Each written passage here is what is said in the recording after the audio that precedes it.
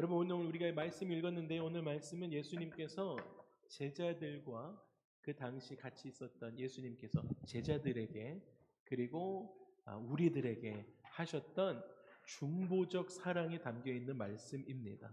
여러분, 예수님의 말씀에 중보적 그리고 사랑이 담겨 있었다라는 것입니다. 여러분, 그래서요, 우리가 중보기도 하시잖아요. 중보기도 하면 그 중보기도의 열매는 그 사람을 향해서 기도했기 때문에 그 사람이 변화되고 하나님이 축복하시고 어떠한 역사를 이루시는 것도 있지만, 여러분, 가장 중요한 것은 중보적 사랑이 내 안에 남게 되어진다라는 것이에요. 여러분, 중보기도 하시면 여러분들 안에 하나님으로부터 오는 열매, 사랑이 가득하게 될 줄로 믿습니다. 여러분, 그래서 우리가 중보기도 하는 것입니다. 여러분, 누군가를 위해서 기도하면 할수록, 중보하면 할수록 내 안에 남는 건 뭐라고요? 사랑이 남게 되어지는 것이에요. 이것이 저도 실제로 경험하고 있는 것입니다. 저도 사역을 하면서 하나님, 사랑이 많은 목사가 되게 해주십시오라는 가장 1번의 기도 제목을 가지고 사역을 합니다. 그런데 이것이 임상실험으로 나타나는 것 중에 하나가 무엇이냐면, 제가 새벽 기도가 끝나면 1시간 정도 제 사무실에서 기도하는 시간을 갖는데, 많은 시간을 여러분의 이름을 부르며 기도합니다. 그래서 우리 오늘 목자들이 그렇게 이야기했던 것처럼, 여러분, 우리 목자들은 아침마다 목원들의 이름을 불러가며 기도합니다. 그것이 우리의 사명이기 때문입니다. 저도 제 사무실에 들어가면 이게 지금 잘 보이진 않지만 이렇게 텔레비전이 있어요. 텔레비전에 목장별로 여러분들의 이름이 주르륵 써져 있습니다. 저는 이름을 불러가면서 기도합니다. 그리고 여러분이 주신 기도 노트를 가지고 매일 이름을 불러가며 기도합니다. 그런데요, 그럴 때 제 안에 말할 수 없는 사랑이 일어나는 것들을 느낄 수 있습니다. 정말로요, 기도하니까, 이름을 부르니까 여러분들을 만났을 때 그 마음이 뜨거워지더라라는 것입니다. 그런데 여러분, 기도하지 않고 그 사람에 대해서 그냥 생각하기 시작하면, 낮에 어떤 해프닝이 있어서 그 사람에 대해서 여러분, 우리가 기도해 주지 않고 그냥 생각하기 시작하면, 나에게 잘해 주었던 것 생각나는 것보다는 나에게 섭섭하게 했던 일들이 떠오르면서 그 사람을 미워하기 시작합니다. 여러분, 생각만 하면요, 그 사람이 나한테 했던 좋은 것들이 생각나는 것보다는 섭섭하게 했던 것들이 더 많이 생각이 나요. 이것이 인간의 본성이죠. 여러분, 그래서 꼭 사람을 향해서는 기도해 주어야 합니다. 사람을 향해서는 꼭 기도해 줘야 돼요. 기도의 언어로, 베드로 사도가 이야기했던 것처럼 하나님의 말씀의 언어로 그 사람을 향해서 기도해 주어야 한다라는 것입니다. 그렇게 되기 시작할 때 그와 내가 영적인 깊은 친밀감을 형성할 수 있기 때문입니다. 그래서 여러분, 사람은 사랑의 대상입니다. 그래서 여러분, 사람은 사랑의 대상이지 믿음의 대상이 아닌 것이죠. 여러분, 옆에 계신 분들 믿지 마시기 바랍니다. 여러분, 옆에 계신 분들 믿을 사람이 못 됩니다. 여러분, 이야기해 주세요. 그러면 여러분, 옆에 분들에게 저 믿지 마세요 라고 한번 이야기해 주세요.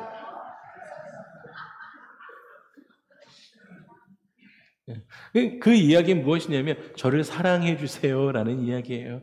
여러분, 믿음의 대상이 아니라 사랑의 대상이다라는 것입니다. 사랑하는 주사랑 가족 여러분, 우리는 하나님의 마음을 가지고 사람들을 대해야 될 줄로 믿습니다. 목원들을 대하는 거예요. 하나님의 마음을 가지고. 그럴 때 하나님께서 힘 주시고 우리 가운데 능력 주셔서 그들을 사랑할 수 있도록 인도해 주십니다. 오늘 본문에서 예수님이 그렇게 하셨던 것이에요. 오늘 예수님께서 정말로 사랑이 많으셔서 그 사랑으로 중보기도 하기 시작하시는데, 바울이 예수님께서 그 중보에 대해서 이렇게 이야기했잖아요. 바울이 예수님께서는 하나님 보좌 우편에 앉으셔서 우리를 위하여 기도하고 계신다라고 이야기했습니다. 그 내용, 우리를 위하여 중보하고 계신 그 기도의 내용이 어떤 것인가 여러분 생각해 보셨어요? 오늘 이 본문에 나옵니다. 예수님께서 우리를 향해서 그 중보기도하는 내용이 이러한 것들이었습니다. 20절에 보니까 내가 비옵는 것은, 내가 기도하는 것은 이 사람들만을 위한 것이 아니요 제자들만을 위한 것이 아니고요, 또 제자들을 통해서 나를 믿는 사람들을 위함이다 라고 이야기하십니다. 제자들을 통해서 예수 믿게 되어진 우리들을 위하여 중보기도 하십니다. 그 기도 내용이 오늘 우리 가운데 이 세상을 살아갈 세 가지 이유에 대해서 우리가 그렇게 살아가야 되는군요 라고 하는 말씀들이 나옵니다. 첫 번째가 예수님이 기도한 내용이 정체성에 대한 내용이었습니다.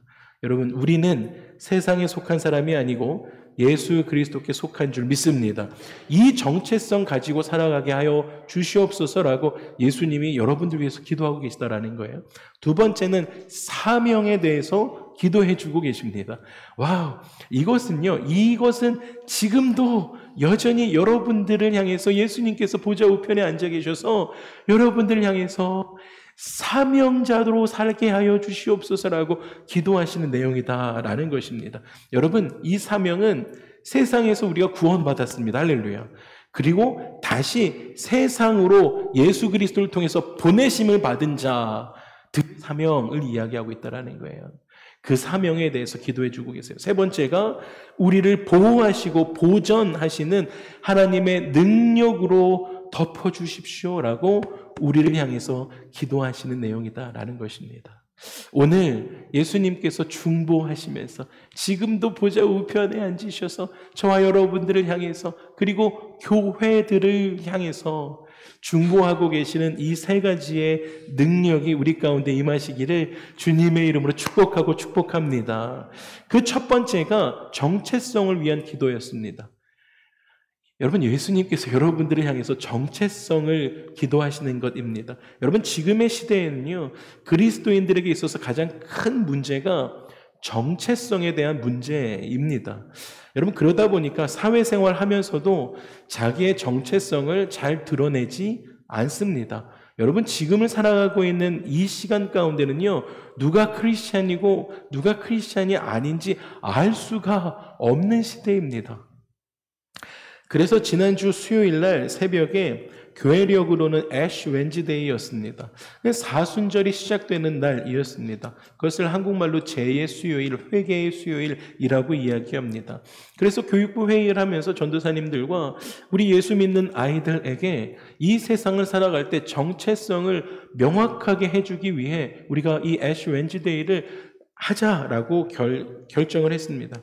여러분, 이 애쉬 웬즈데이, 제의 수요일은 회개하는 것, 그리고 구별됨의 의미를 가지는 그 죄를 그 새벽에 기도하면서 이마에 십자가의 모양으로 바르거나 머리에 십자가의 모양으로 바르거나 손등에 십자가의 모양으로 바르고 죄를 바르고 예수님을 묵상하는 회개의 날입니다.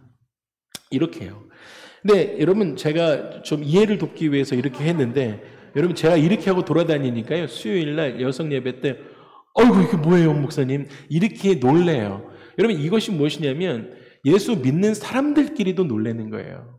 이게 뭐냐는 것이죠. 여러분, 저렇게 하루를 지낸다라는 것은 큰 챌린지가 있는 것입니다. 사실 이게 반나절도 지나지 않아서 눈을 비비거나 하면서 조금 옅어지긴 하지만 그럼에도 불구하고 아이들에게는 굉장히 큰 챌린지가 되었습니다. 여러분, 이것이 왜 근데 큰 챌린지가 될까요? 여러분, 라마단 기도하는 그 중학교 친구들, 고등학교 친구들은요, 내가 무슬림이기 때문에 지금은 라마단 기간이다, 나는 학교에서 점심을 먹지 않는다 선언합니다. 선포합니다. 그리고 하루에 5번씩 기도하는 시간들을 확보를 받습니다. 그런데 여러분, 애쉬 웬즈데이 우리가 40일 동안, 주일을 뺀 40일 동안 사순절이 시작되었습니다. 그 첫날이죠. 나는 크리스찬입니다 라면서 그렇게 하루를 지내는 것이 왜 챌린지가 됐을까라는 거예요. 왜 그게 그들의 삶의 도전이어야 하냐라는 것입니다. 여러분, 그것은요, 다른 사람들이 나를 보면서 아이고 머니나 이렇게 하지는 않을까? 다른 사람들이 나를 보면서 어떻게 생각할까라는 그러한 부담감이 그들 안에 있었기 때문입니다. 여러분, 그러면 이것 아니더라도 이마에 십자가가 없다라고 하더라도 여러분들의 회사 동료들이요, 여러분들의 소비자들이 여러분들에게 이렇게 이야기하면 여러분 어떻게 대답하시겠습니까? 당신 일요일마다 가게 문도 닫고 일요일마다 넌 가족들하고 교회를 간다고 했는데 교회에 일요일마다 가는 당신은 어떤 사람입니까? 라고 여러분의 코워커들이 묻는다라고 하면 여러분 어떻게 대답해 주시겠습니까? 성경이 가르쳐준 정답은 이것입니다. 과거에는 나는 세상에 속했던 사람이지만 지금은 예수 그리스도께 속한 사람입니다. 라는 것이죠. 여러분, 다른 말로 하면 과거에는 세상이 나의 주인이었지만 지금은 예수 그리스도가 나의 주인인 삶을 살고 있습니다. 라는 것입니다. 이것이 우리의 정체성입니다. 그런데 여러분, 내 안에 주인이 예수 그리스도이십니다 라고 고백하며 살아가는 삶을 살고 있지만 여전히 우리가 발 딛고 살아가는 이 세상은 여전히 하나님을 싫어하고 저주하고 하나님을 반한 일들을 하는 곳, 그 세상에 우리가 살아가고 있습니다. 하나님을 싫어하는 그 세상에 우리는 예수 그리스도인으로 발 딛고 살아가고 있다라는 것이지요. 그런데 요한복음 3장 16절에서는 하나님은 세상을 이처럼 사랑하셨다라고 선언하십니다. 여러분, 세상이 하나님을 그렇게 싫어하는데요, 하나님은 이 세상을 이처럼 사랑하셨대요. 그래서 그 결과가 무엇입니까? 독생자를 내어주시는 일을 하나님이 하셨습니다. 여러분, 하나님을 싫어하고 하나님을 미워하는 세상을 향해서 하나님은 오히려 더 사랑하시고 그 세상을 위해서, 그들을 위해서 구원하기 위해서 그 아들을 이 땅에 보내시고 죽게 하셨다라는 것입니다. 여러분, 그것은요, 이 세상을 구원하시려는 하나님의 그 큰 사랑이 하나님을 적대시하고 미워하는 그 세상의 그것보다 훨씬 더 크기 때문에, 하나님의 사랑이 훨씬 더 크기 때문에 그 일들을 하실 수 있었다라는 것입니다. 세상이 하나님을 미워하는 것보다요, 하나님이 이 세상을 사랑하시는 것이 훨씬 더 큽니다. 할렐루야. 그것이 십자가의 사랑입니다. 사랑하는 우리 주사랑 가족 여러분, 그 큰 사랑으로 인해서 우리가 오늘 이렇게 숨을 쉬며 예배드릴 수 있는 것이죠. 그래서 우리는 우리의 삶을 조금도 낭비할 수가 없는 거예요. 그래서 우리는 크리스찬의 삶을 살아가면서 게으를 수가 없는 것입니다. 우리의 정체성이 무엇으로부터 시작됐습니까? 하나님이 우리를 사랑하심으로 인해서 그 사랑을 확증하기 위해서 이 땅에 예수 그리스도를 보내셔서 나에게 이 하루를 허락하셨구나 라는 그 믿음의 고백이 있기 때문에 크리스찬의 정체성을 가지고 살아가는 사람들의 그 하루가 너무 귀한 거예요. 그래서 허비하고 게으를 수가 없습니다. 성경학자 아더 핑크 목사님이 계세요. 굉장히 오래된 분이신데 그의 자서전에서 우리가 세상에 속한 사람들과 다른 7가지의 이유를 설명하신 것이 있습니다. 첫 번째는 신분이 다르다라는 것이에요. 우리의 정체성에 대해서 이야기하는데 세상 사람들과 우리 크리스천들이 왜 어떻게 다른가에 대한 이야기예요. 첫 번째가 신분입니다. 세상 사람들의 신분은 아담 안에 머물러 있습니다. 거기서 본 어게인이 없었어요. 세상 사람들은 아담 안에 머물러 있었지만 우리의 신분은 예수 그리스도 안에 있습니다. 할렐루야. 바뀐 거예요. 두 번째는 본성입니다. 세상 사람들은 육체에 속해 있어서 육체 안에서 썩기 마련이에요. 부패하기 마련이지만 우리는 영에 속해 있어서 거룩하게 구별이 됩니다. 이것이 본성이죠. 세 번째는 섬기는 주인이 다르다라는 것입니다. 세상 사람들은 마귀의 권세 아래 있지만 우리는 주 예수 그리스도를 섬깁니다. 주인이 달라요. 네 번째는 삶의 목적이 다르다라고 이야기합니다. 세상 사람들은 자기를 즐겁게 하는 육체의 쾌락이 목적입니다. 인생의 목적이에요. 자기의 안위와 쾌락이 인생의 목적입니다. 돈을 버는 것도 그것의 목적이에요. 좀 더 편안한 침대를 구입하고 좀 더 편안한 집에 살기 위해서 그들은 자기의 쾌락을 위해서 그렇게 삶의 목적을 향해 달려갑니다. 그런데 우리는 하나님을 영화롭게 하는 것이 우리의 삶의 목적인 줄 믿습니다. 우리의 삶의 목적은 하나님을 영화롭게 하는 것입니다. 다섯째는 시민권이 다르다라는 것입니다. 세상 사람들의 시민권은 어디에 있습니까? 네, 자기가 살고 있는 그 땅에 있는 거예요. 태어난 그곳에 있는 것입니다. 그런데 우리의 시민권은 하늘에 있습니다. 할렐루야. 여섯 번째는 삶의 방식이 다르다라는 것입니다. 여러분, 사실은 삶의 방식이 우리 크리스찬들에게도 챌린지가 있는 것이죠. 연약해서 넘어집니다. 그럼에도 불구하고 여러분, 그리스도인들은 매일매일의 삶에서 회개하면서 돌이키는 것입니다. 그러면서 거룩한 삶을 살려고 노력하는 것이죠. 그러나 세상 사람들은 죄의 문제에 있어서 괜찮습니다. 여러분, 세상 사람들은요, 불법에 대한, 그래서 자기의 편의가 있다라고 한다면 무감각합니다. 무감각해지는 거예요, 죄에 대해서. 일곱 번째, 마지막이 가는 길이 다르다라는 것입니다. 여러분, 예수 믿지 않는 이 세상 사람들은 불 가운데로 가게 되었지만 우리는 아버지의 집에 있을 줄 믿습니다. 사랑하는 주사랑 가족 여러분, 이것은요, 세상에 발 딛고 살아가고 있지만 예수 그리스도께 속한 그리스도인들의 이야기가 되어집니다. 예수님을 믿는다는 것은 세상에 속한 사람들과 완전히 구별된 다른 삶을 산다라는 뜻이 되어집니다. 그것이 우리의 정체성입니다.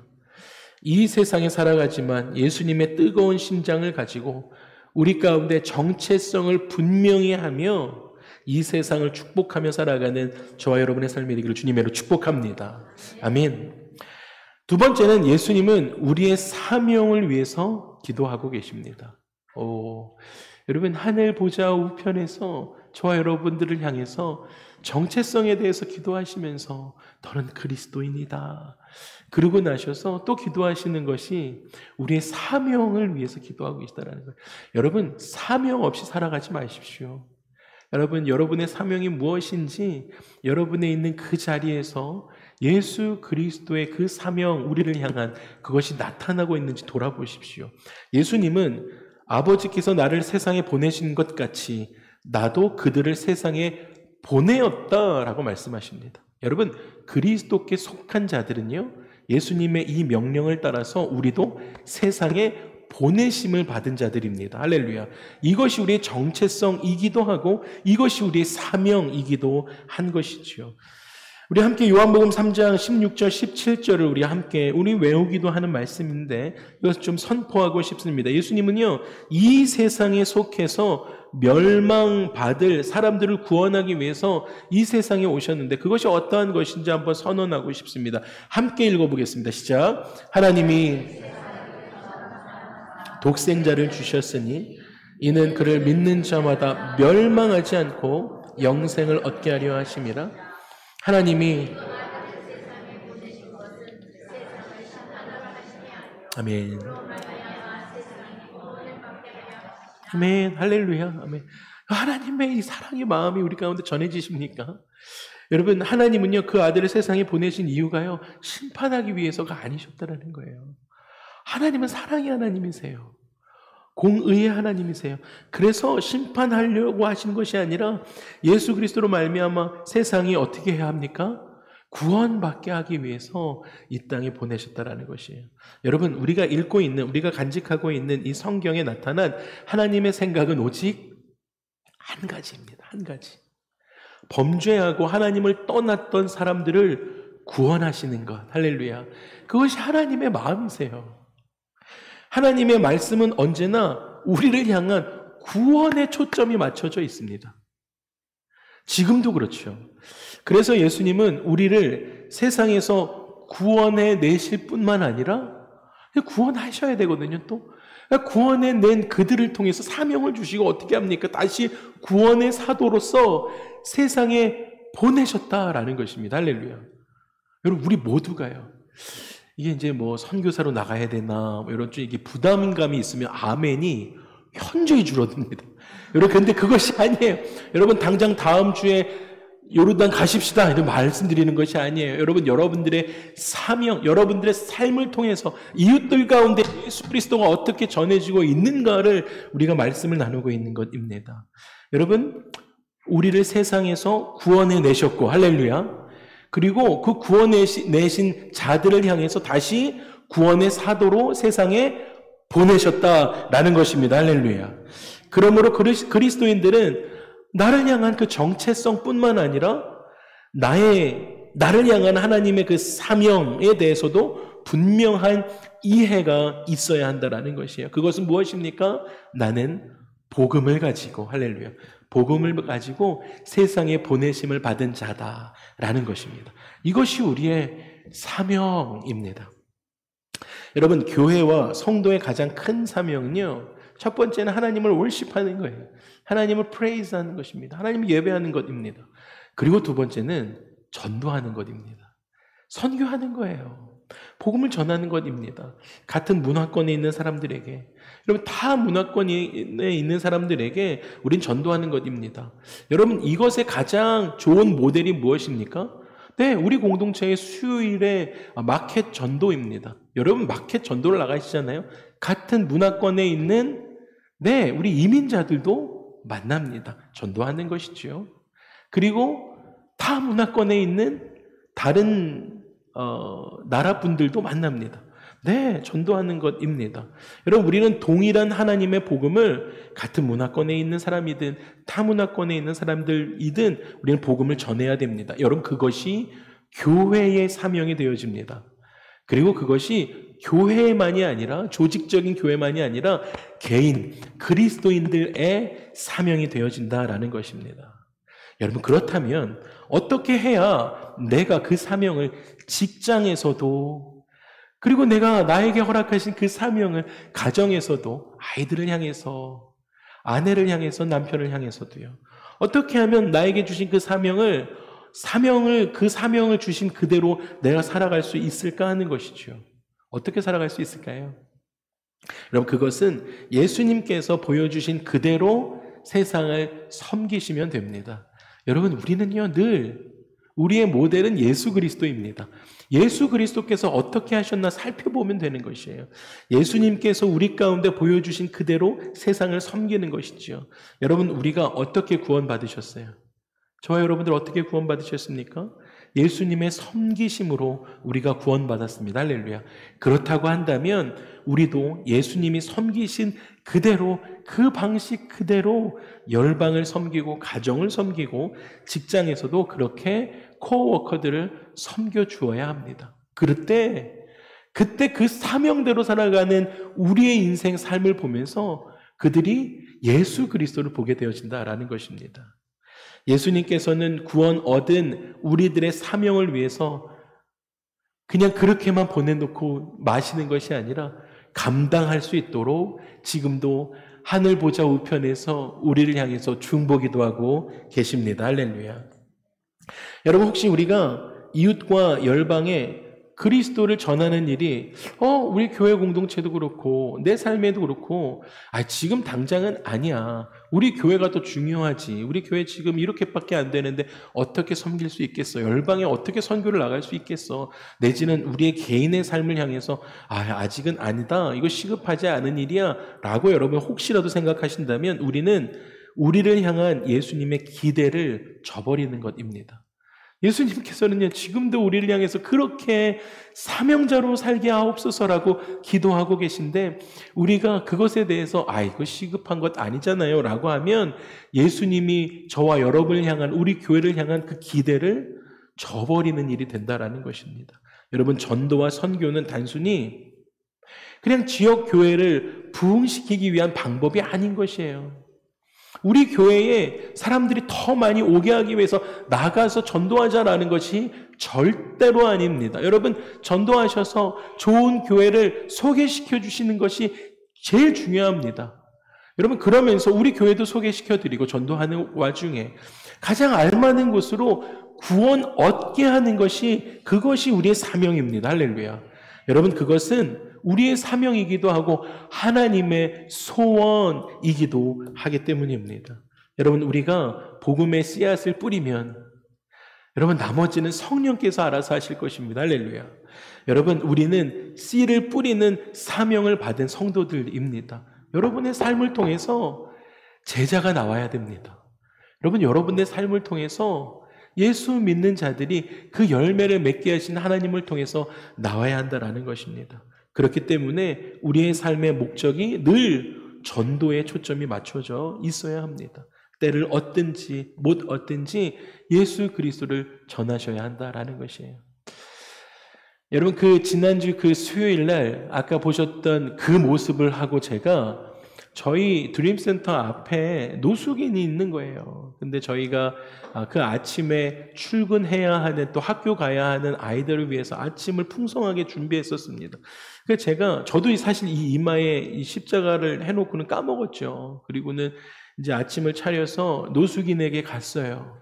여러분, 노숙인에게 갔을 때 그 노숙인 첫 번째 한 말이 무엇인지 아십니까? You're a Christian. 이렇게 이야기하더라고요.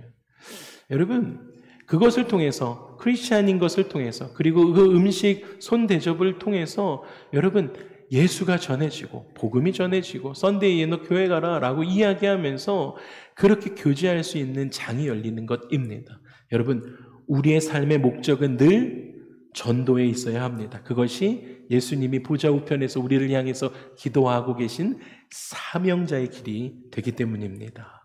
마지막 세 번째는요, 예수님은 우리가 이 세상 살아갈 때 여러분 보호받을 수 있도록 기도하고 계십니다. 여러분, 예수님이 여러분의 삶을 향해서 보호하시는 거예요. 하나님의 능력으로 여러분의 삶을 감싸주시는 것입니다. 오, 할렐루야. 예수님은 우리가 세상으로 보내심을 받을 때 예수 그리스도의 심장을 가지고 예수 그리스도의 이름을 가진 크리스천, 그리스도인이다라는 그 이름을 가지고 세상으로 가는 것이 얼마나 위험천만한 일인지 예수님이 너무 잘 알고 계셨습니다. 그래서 예수님은 제자들을 보내시면서 이렇게 말씀하셨어요. 마태복음 10장에 보라, 내가 너희를 보냄이 양을 이리 가운데 보냄 같도다 라고 말씀하세요. 여러분, 얼마나 큰 일입니까? 양을 이리 가운데에 양을 떨어뜨려 놓는 것과 같다라는 거예요. 그렇기 때문에 너희는 뱀같이 지혜롭고, 할렐루야, 비둘기같이 순결하게 살아라 라고 말씀하셨던 것입니다. 오늘 저와 여러분의 삶에 이 세상 가운데 발딛고 살아가는 크리스찬들 가운데 뱀같이 지혜롭고 비둘기같이 순결한 거룩한 주의 신부들이 되기를 주님으로 축복합니다. 여러분, 그래서 오늘 말씀에 예수님은 하나님께 기도하십니다. 15절에 내가 비옵는 것은 그들을 세상에서 데려가시기 위함이 아니고 다만 악에 빠지지 않게 보전하기를 위함입니다 라고 기도하십니다. 얼마나 위험하길래요? 악에 빠지지 않도록 뱀같이 지혜롭고 순결한 삶을 살 수 있도록 하나님의 능력으로 보호하십시오 라고 기도하고 계셨다는 것입니다. 이것이 저와 여러분들을 향해서 기도하고 계신 예수님의 세 번째 기도 내용이었습니다. 예수님께서는 이 유혹이 많은 세상에서 우리로 하여금 하나님께 진리로 거룩하게 하시도록 기도하고 계셨습니다. 진리는 하나님의 말씀이죠. 거룩함은 이 세상에서의 구별됨입니다. 여러분, 구별됨이 있어야 돼요. 우리는 하나님의 말씀을 듣고 읽고 매일의 삶에 묵상하는 삶을 그래서 살아야 됩니다. 이것이 잘 되지 않을 때는 목장이 여러분들을 보호할 것입니다.